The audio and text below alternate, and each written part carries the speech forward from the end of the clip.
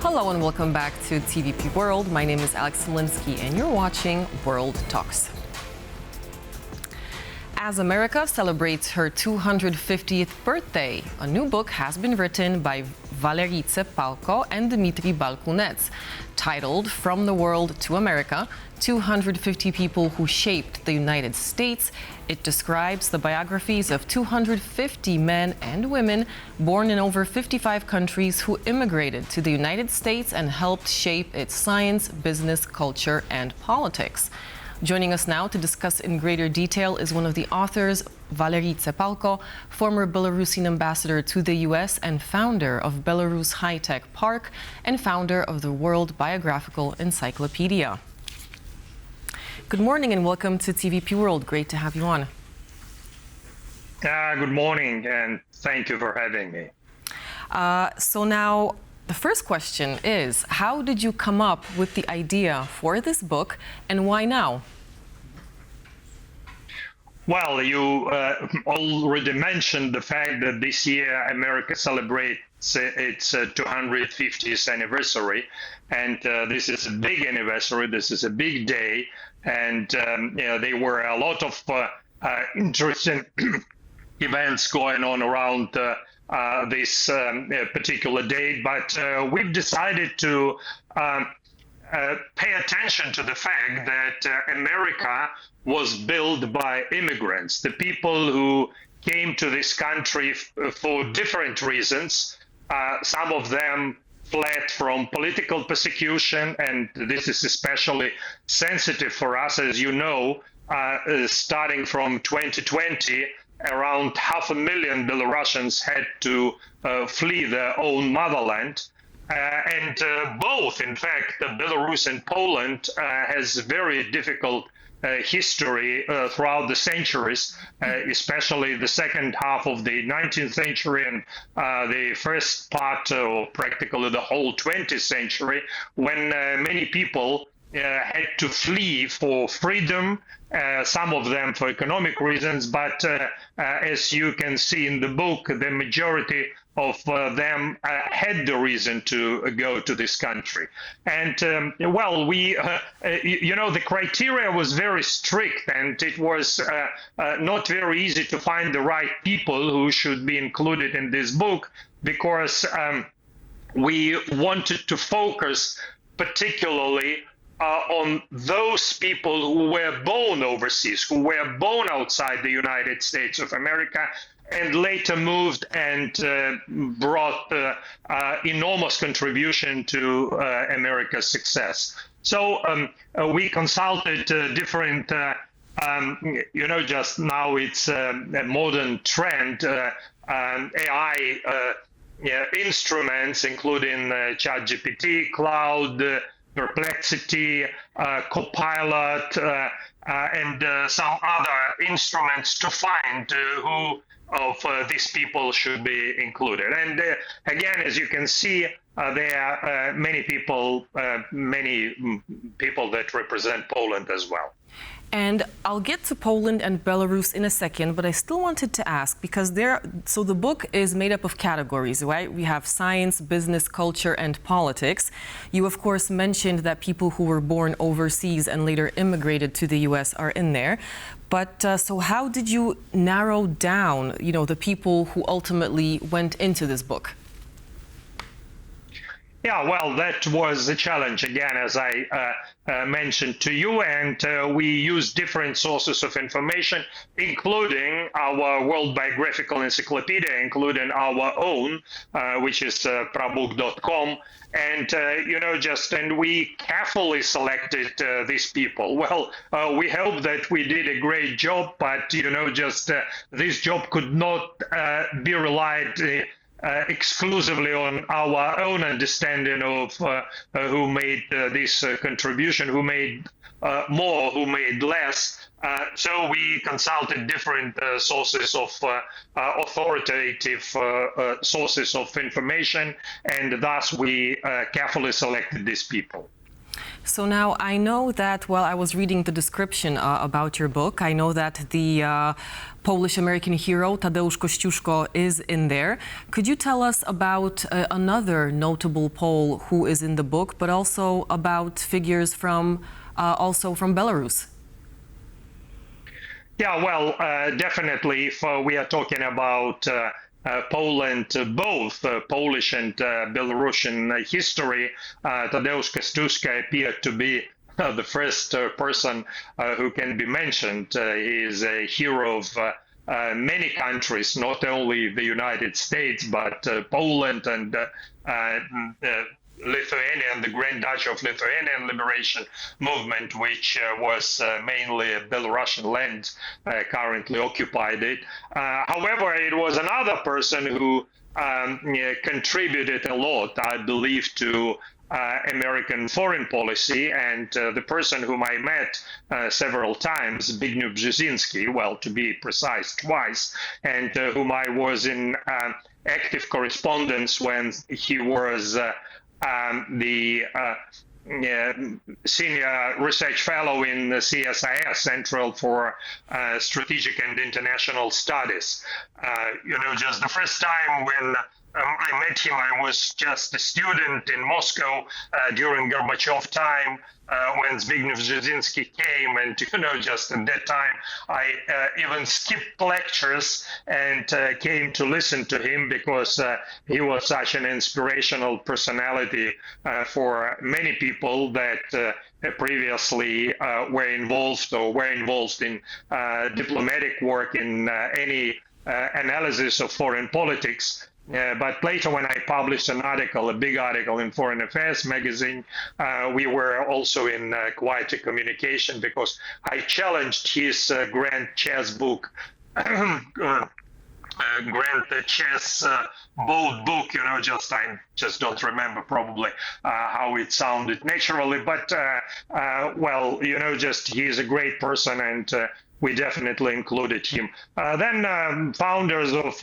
many big and successful corporations, because Goldwyn and Mayer, both of them, one was from Minsk, another one from Poland, they created a very famous, so probably even first Hollywood company, Metro-Goldwyn-Mayer, when we all know because of The Lion, just this nice picture. And many others, like, just Nobel laureates like Simon Kuznets, and well, a lot of other personalities. So I just don't want to mention all these names. I think that readers can have an opportunity to look it through via internet, and probably order the book. We published it, in fact, as a non-commercial project under the auspices of the UN Global Alliance for ICT and Development, where we are trying to collect information about lesser-known people from all over the world and include them into the World Biographical Encyclopedia. And we have plans, definitely, just we hope that it will the attention will be attracted. We sent this book to Marco Rubio, to Donald Trump, to Melania Trump, in fact, who was also quite a famous lady now from abroad, we believe also that she is quite a celebrity, contributing to American political and cultural life. But just our main idea is to bring to the world awareness the people that are lesser known, that are not just celebrities like Albert Einstein or Tadeusz Kościuszko, whom we already mentioned, but just the people who really made a serious contribution, and many people even have no idea that these people were born abroad. They are Valery, associated. if I may just jump in here, because I still wanted to ask you. You mentioned, of course, the year 2020 and political persecution, people who are mentioned in the book who had to flee their homelands and move to the US. Could you tell us now, what is the situation of political prisoners at the moment in Belarus? Well, we are in a permanent communication with John Cole, who is the special Trump's envoy on Belarus, as well as with Andy Baker, who is the deputy national security advisor to Donald Trump, and Charles McLaughlin, who is the special presidential assistant on Europe and former Soviet countries. So just we are all dealing with them regarding the political prisoners, and we created an informal Nobel laureate network consisting of 75 Nobel laureates that endorsed this initiative and addressed previously to many global leaders, including Polish leadership. But Donald Trump reacted in his own way, definitely calling personally to Lukashenko and launching the process of release of political prisoners. Now, more than 500 political prisoners are released since last year.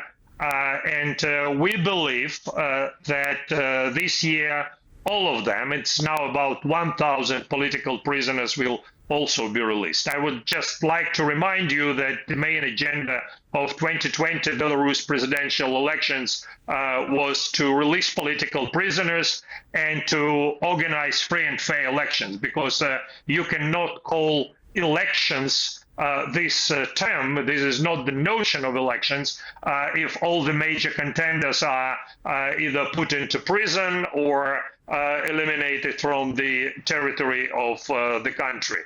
So this is a kind of a fake fake elections, and we just wanted to release political prisoners and give Belarusian people an opportunity to choose among those who really who they really want to see as future political leaders of the country.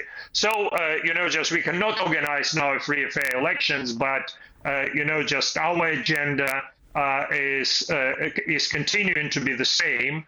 And we expect that America would be strong enough to pursue this process further, to make a pressure on the Belarus regime to release political prisoners.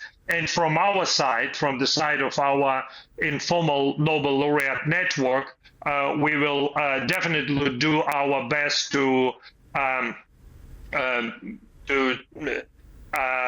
encourage, just the Nobel Committee to consider Donald Trump, just as a worthy personality to get the Nobel Peace Prize if he will be able to finish this job.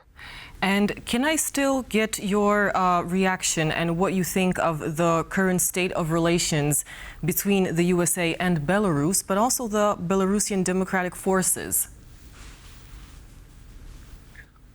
Well, just Belarus Democratic Forces are like any forces of every country that that have to operate overseas.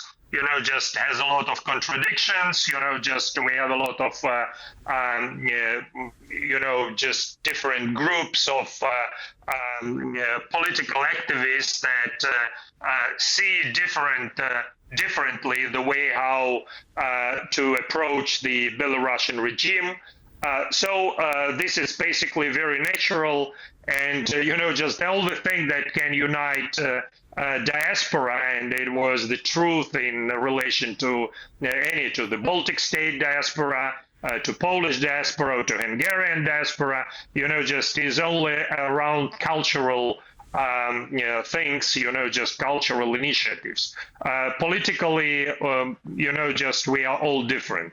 The current relations of Belarus and the United States is poor, definitely, and the only agenda that is now the Belarusian regime and the Trump's administration have is just to release political prisoners. Without, and Valery, unfortunately, we are up against the clock, so we will have to put a full stop there. Yeah, sure, I understand. Valery Tsepkalo, the former Belarusian ambassador to the U.S. and author of the book From the World to America, 250 People Who Shaped the United States. Thank you very much for speaking to us here on TVP World. Yeah, thank you for having me. And with that, it's a wrap for this edition of The World Talks, but do stay tuned to TVP World for more breaking news, updates, and commentary.